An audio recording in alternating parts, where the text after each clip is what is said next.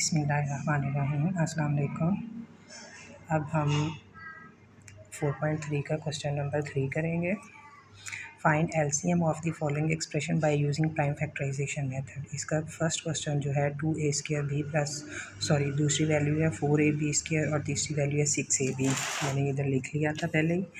इसमें जो है फैक्टराइज करेंगे हम पहले 2a² b को 2 multiply by A multiply by B separate करके लिखेंगे। फिर फैक्टराइज करेंगे हम 4ab2 को, उसमें 2 2 ज़ा 4 करेंगे और a सिंगल टाइम आएगा और b 2 टाइम आएगा।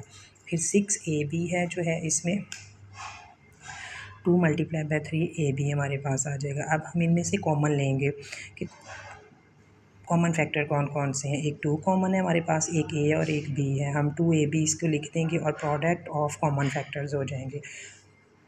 ये एलसीएम में हम प्रोडक्ट कॉमन फैक्टर का भी लेते हैं और नॉन कॉमन फैक्टर का भी लेते हैं। Product of non common factor जो है वह 2 मल्टीप्लाई बाय, यानी जो बच गए हैं हमारे पास, एक ये 2 3a और b, हम इनको लिख देंगे 2a 3ab।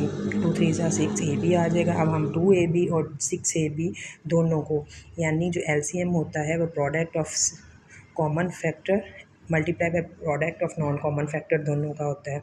तो हम 2ab और 6ab दोनों को आपस में मल्टीप्लाई करेंगे तो हमारे पास 6 2 ज़ा 12, a ये है, ये स्क्वायर हो जाएगा, b ये है, b ये स्क्वायर हो जाएगा। ये हमारे पास आंसर आ जाएगा इसका। अब इसमें नेक्स्ट क्वेश्चन हम कर रहे हैं 4। The HCF of 2 polynomial is y - 7 and their LCM is y3 - 10y² + 11y + 70। If one of the polynomial is y² - 5y - 14 find the other. तो दूसरा हमने मालूम करना है। ये भी मैंने पहले से सॉल्व किया हुआ है ताकि वीडियो ज़्यादा लंबी ना हो और आपको अच्छे से समझ भी आ जाए। इसमें HCF हमारे पास जो है वो y - 7 है। LCM जो है वो हमारे पास ये वैल्यू है y3 - 10y² + 11y + 70 और p ऑफ x जो है वो हमारे पास है y² - 5y - 14 और q ऑफ x जो है वो हमने फाइंड आउट करना है। इसका फार्मूला हमने खुद याद करना है जो कि है p of x multiply by q of x is equal to HCF multiply by LCM। या फिर अगर हमने इनमें से q ऑफ x की वैल्यू फाइंड आउट करनी है तो p ऑफ x इधर से नीचे आ जाएगा, क्योंकि जो मल्टीप्लाई रकम होती है वो इक्वल की दूसरी साइड पे जाकर डिवाइड हो जाती है। HCF की जगह हम HCF रखेंगे, LCM की जगह उसकी वैल्यू पुट करेंगे, p ऑफ x की जगह उसकी वैल्यू पुट कर देंगे। अब हम इन दोनों को डिवाइड करेंगे। ये डिवीजन मैंने की है y3 - 10y² + 11y + 70। सॉरी, इसको करते हुए मेरे पास एक माइनस की मिस्टेक हो गई थी। ज़रा सी भी मिस्टेक जो होती है वो हमारे क्वेश्चन को गलत कर देती है। तो यहाँ पे माइनस का साइन आना था, मैंने प्लस का लिख दिया जिससे क्वेश्चन रॉन्ग हो रहा था, लेकिन मुझे करते हुए ही पता चल गया था। y² - 5y - 14 को अगर हम y से मल्टीप्लाई करेंगे तो हमारे पास y3 की वैल्यू आ जाएगी।